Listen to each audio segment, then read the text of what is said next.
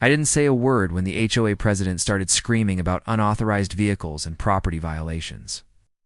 I just reached into my briefcase, pulled out the original 1963 county easement deed, and slid it across the courtroom table. The look on their lawyer's face when he realized I owned the 30-foot strip of land their entire subdivision used for access was worth every sleepless night I'd spent in the county records office. Judge Martinez didn't even need to see the rest of my evidence. The case was over before it started. But let me back up, because this whole mess started with something so simple it's almost embarrassing. Why, I just wanted a quiet place to work on. My old Ford pickup without neighbors complaining about the noise. After 26 years fixing aircraft engines in the Air Force, I'd earned the right to tinker with carburetors on my own property without someone filing a complaint every time I started the engine. My wife Sarah had been battling cancer for 3 years, and those few hours in the garage every evening were the only peace I could find. We'd moved to Willowbrook Estates specifically because it felt like the kind of neighborhood where people minded their own business. The house itself wasn't much to look at, a modest ranch-style place built in the early 70s, sitting on just under an acre at the end of Maple Drive. But it had two things I desperately needed: a detached 2-car garage with a concrete floor and decent lighting, and neighbors who seemed more interested in their own lives than monitoring mine. The previous owner, an elderly gentleman named Frank Morrison, had clearly been a fellow gearhead. The garage was already wired for 220-volt service, had a hydraulic lift that still worked, and came with a rolling toolbox that must have cost more than most people's cars. Sarah loved the kitchen and the way morning sunlight filled the living room. For the first time in months, she seemed genuinely happy about something. Our routine was blissfully predictable. I'd get home from my job at the regional airport around 4:30, help Sarah with dinner if she was having a good day, and then disappear into the garage until around 9. The Ford was a 1987 F-150 I'd bought from a coworker for $800, and it needed everything engine work, transmission rebuild, new suspension, paint, interior. It was exactly the kind of project that could keep my hands busy and my mind off the things I couldn't control. Sarah would bring me coffee around 7, and we'd talk about her doctor's appointments or my progress on whatever part I was rebuilding. Those were the best moments of my day. The first sign of trouble came on a Tuesday evening in late September. I'd been working on the truck's carburetor, just trying to get the idle mixture just right, when I heard the garage door opener activate. I figured Sarah was coming out to check on me, but instead I found a folded piece of paper taped to the overhead door. The letterhead read, Willowbrook Estates Homeowners Association, in bold letters. The message was short and to the point. Notice of violation: unauthorized commercial vehicle storage. Your 1987 Ford pickup truck violates HOA Covenant Section 4.3b regarding commercial vehicle storage on residential property. You have 30 days to remove this vehicle or face a $100 daily fine. Contact the HOA board immediately to discuss compliance. I stood there, reading the notice 3 times, trying to make sense of it. Commercial vehicle? The truck had regular license plates, not commercial ones, was registered to me personally, not to any business. And I wasn't storing it, I was actively working on it in my own garage. I walked back inside and showed the letter to Sarah, who was equally confused. We'd read through all the HOA documents when we bought the house, and nothing in there seemed to prohibit owning a pickup truck. Sarah suggested I call the HOA president, a woman named Helen Cartwright, who lived in the big colonial at the entrance. To the subdivision, Mrs. Cartwright's response was polite but inflexible. She explained that the HOA had recently clarified their interpretation of the commercial vehicle restriction to include any truck over 3/4 of a ton, regardless of how it was registered or used. According to her, my F-150 qualified as a commercial vehicle simply because of its size and classification. When I pointed out that half the driveways in the neighborhood had similar trucks, she informed me that enforcement would be conducted on a case-by-case basis, starting with the most obvious violations. I asked for a copy of this new interpretation in writing. She promised to mail me the relevant documentation 2 weeks later. I still hadn't received anything in writing, but I did receive another notice. This one was more aggressive. Final. Notice commercial vehicle violation. Your failure to remove the unauthorized vehicle has resulted in the initiation of daily fines. You currently owe $1,400 in penalties. Immediate compliance is required to prevent legal action. The math didn't even work. It had only been 14 days since the first notice, and they claimed I owed for 28 days of fines. I called Mrs. Cartwright again, but this time she was less polite.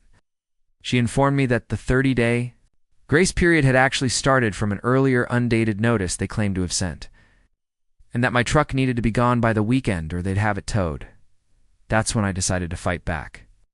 But I started with what I thought was the reasonable approach. I spent the next few days researching the original HOA covenant documents, county property records, and the state laws governing homeowners associations. I discovered several problems with their position. First, the original covenant from 1969 specifically defined commercial vehicles as those used primarily for business purposes or bearing commercial license plates. Second, the HOA board had no legal authority to retroactively change the definition of terms in the covenant without a vote of the full membership. Third, their fine schedule violated state law, which required a formal hearing process before any penalties could be imposed. I drafted a careful professional letter outlining these legal issues and requesting a formal hearing before the HOA board. I cited specific sections of the covenant, relevant state statutes, included copies of my truck's registration showing it was classified as a personal vehicle. I even included photographs showing that several other trucks in the neighborhood were larger than mine. I mailed the letter certified delivery and waited for their response. What I got back was a form letter stating that my appeal had been denied and that I now owed $2,800 in accumulated fines. They also informed me that failure to pay within 10 days would result in a lien being placed on my property. Sarah was getting sicker, and the stress of fighting with the HOA was taking a toll on both of us. She suggested we just move the truck to a storage facility until I could finish the project. But something about backing down felt wrong. I'd spent my entire career following rules and respecting authority, but only when that authority was legitimate. These people weren't just wrong, they were bullies using legal-sounding language to intimidate their neighbors.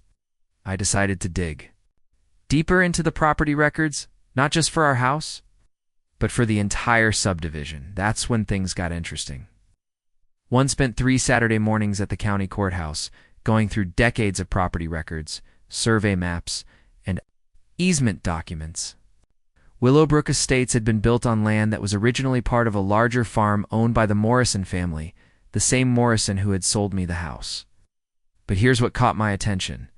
The original subdivision plat from 1963 showed a 30-foot easement running along what was now Maple Drive, and that easement was deeded separately from the individual home lots, according to the records. Frank Morrison had retained ownership of the easement when he sold the farm to the developer, and he'd never transferred it to the HOA or the county. I called Frank Morrison's son. He still lived about 20 miles away, and asked him about the easement. He confirmed that his father had kept the easement rights specifically because he wanted to maintain access to a small fishing cabin that sat on family land behind the subdivision. The cabin was long gone, but the easement had never been formally transferred or abandoned. When Frank died 5 years earlier, the easement had passed to his estate along with the house I'd purchased. I was now the legal owner of the 30-foot strip of land that served as the only access road into Willowbrook Estates. The more I researched, the more problems I found with the HOA's legal foundation. They'd been operating for over 50 years. Without ever properly recording their authority over common areas, they'd been collecting dues and imposing fines without the legal standing to do so. Most importantly, they'd been treating the access road as their property when it actually belonged to whoever owned the Morrison easement, which was now me. I spent the next month documenting everything. I had the easement surveyed by a licensed surveyor, confirmed the chain of title with 3 different attorneys, and obtained certified copies of every relevant document from the county. I also started photographing every vehicle in the neighborhood, noting which ones were larger than my truck, and documenting the HOA's selective enforcement. Meanwhile, they kept sending increasingly threatening letters about towing my truck and placing liens on my property. The final confrontation came when I found a tow truck in my driveway on a Tuesday morning. The driver had a work order from the HOA, authorizing him to remove my truck. But when I showed him the survey proving the driveway was on my private easement, he refused to proceed. Mrs. Cartwright showed up 20 minutes later with 2 HOA board members, demanding to know why my truck was still there. That's when I calmly explained that they'd been trespassing on my property for the past 2 months, every time they'd entered my driveway. To post their notices, the look on their faces was priceless, but they still didn't believe me. Mrs. Cartwright insisted that Maple Drive was a public road maintained by the county, and therefore the HOA had every right to enforce their covenants. I handed her a copy of the easement deed and the recent survey, and watched her expression change as she read the legal description.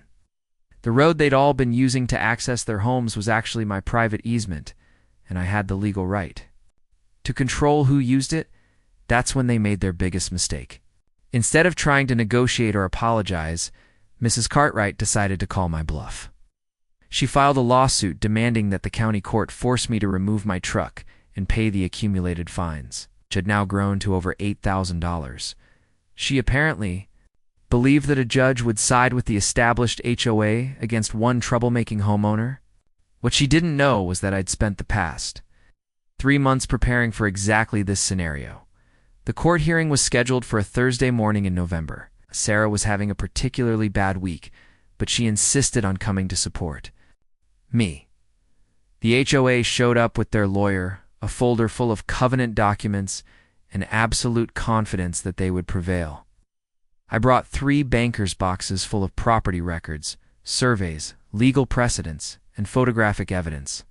Judge Martinez asked each side to present their case, starting with the plaintiff. The HOA's lawyer spent 20 minutes explaining how homeowners associations have the legal authority to enforce reasonable restrictions on property use, and how my truck clearly violated the covenant's commercial vehicle restrictions. He cited several state court decisions supporting HOA enforcement powers and argued that allowing individual homeowners to ignore legitimate rules would undermine the entire concept of planned communities.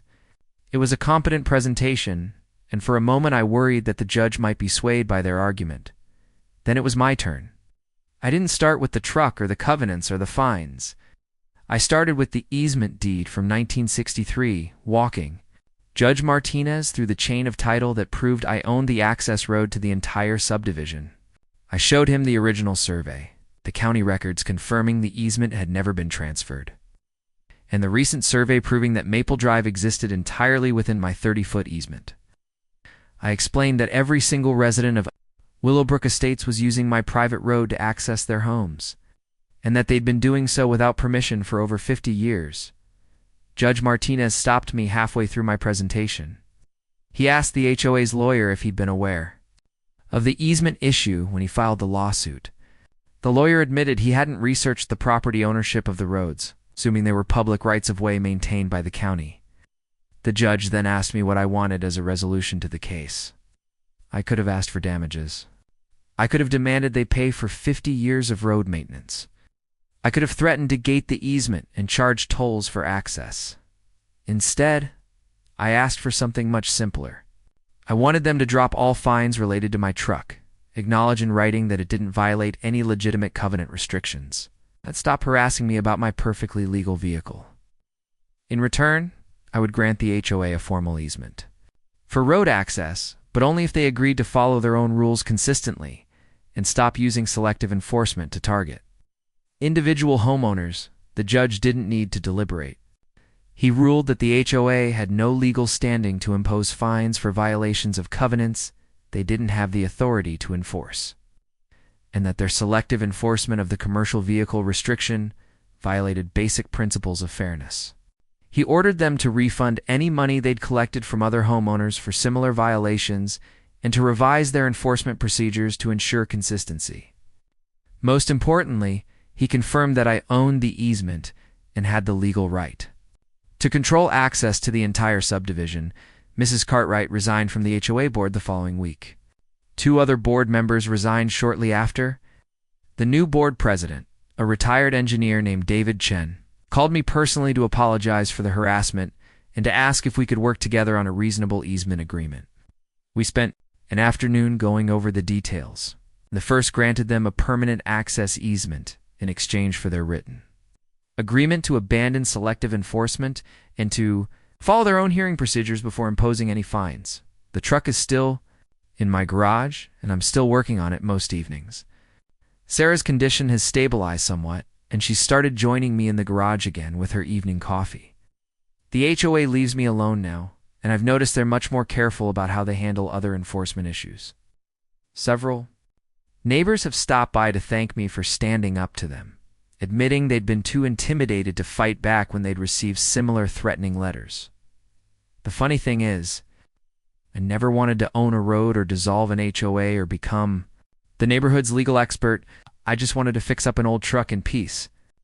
But sometimes standing up to bullies requires more than just being right. It requires having the patience and resources to prove you're right in a court of law. Now, when I fire up the Ford's engine on weekend mornings, I know that nobody's going to come knocking on my door with another violation notice. If they do, well, they'll have to use my road to get here.